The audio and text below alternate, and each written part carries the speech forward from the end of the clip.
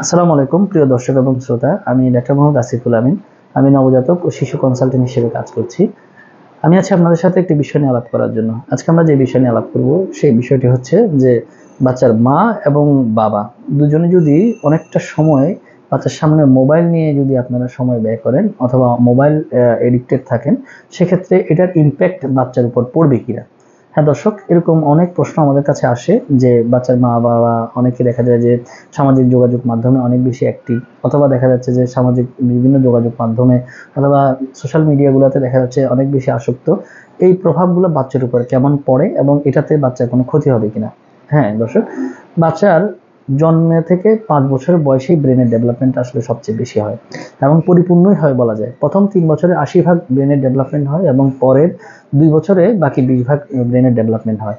এ সময় বাচ্চার যে শিখার যে প্রক্রিয়া, এই শিখার প্রক্রিয়ার মধ্যে যদি আপনি এই টাইমটার ভিতরে বাচ্চাকে শিখে আনতে পারেন এবং এই টাইমটার মধ্যে যদি আপনি ব্রেনের দুটি কোষের ভিতরে সংযোগ স্থাপন করতে পারেন বা কানেকশন স্থাপন করতে পারেন, যত বেশি কানেকশন স্থাপন করতে পারবেন তত বেশি বাচ্চাকে মেধাবী এবং তার মানসিক বিকাশ সম্পন্ন করে গড়ে তোলা সহজ হবে।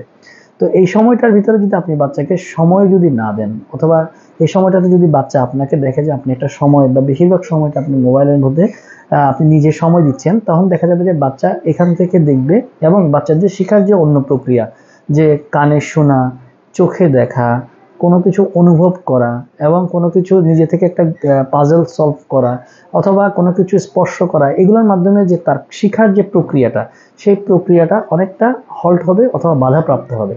এবং সেই জিনিসটা যদি বাধাপ্রাপ্ত হয়, দেখা যায় যে অনেক বাচ্চা দেখা যায় যে দেরিতে কথা বলছে, অনেক বাচ্চা দেখা যাচ্ছে যে তার মানসিক বিকাশ পিছিয়ে যাচ্ছে, অন্য বাচ্চার তুলনায় বাচ্চাগুলো দেখা যাচ্ছে যে চঞ্চলতা একটু কম হচ্ছে, তারা স্কুলে যখন যাচ্ছে তখন তাদের স্কুল পারফরমেন্সও দুর্বল হচ্ছে।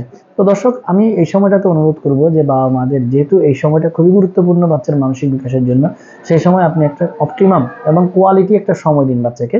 যতটুকু সময় দিবেন এই সময়টাতে আপনি অবশ্যই চেষ্টা করবেন কোনো ডিভাইস আপনার সাথে যেন না থাকে এবং এই সময়টাতে বাচ্চাকে আপনি প্রতিটা জিনিস বলে বলে শিখান এবং স্পর্শ করুন বাচ্চাকে বারবার, এবং দেখা যাচ্ছে বাচ্চাকে বিভিন্ন কিছু ধরে ধরে শেখানোর চেষ্টা করুন।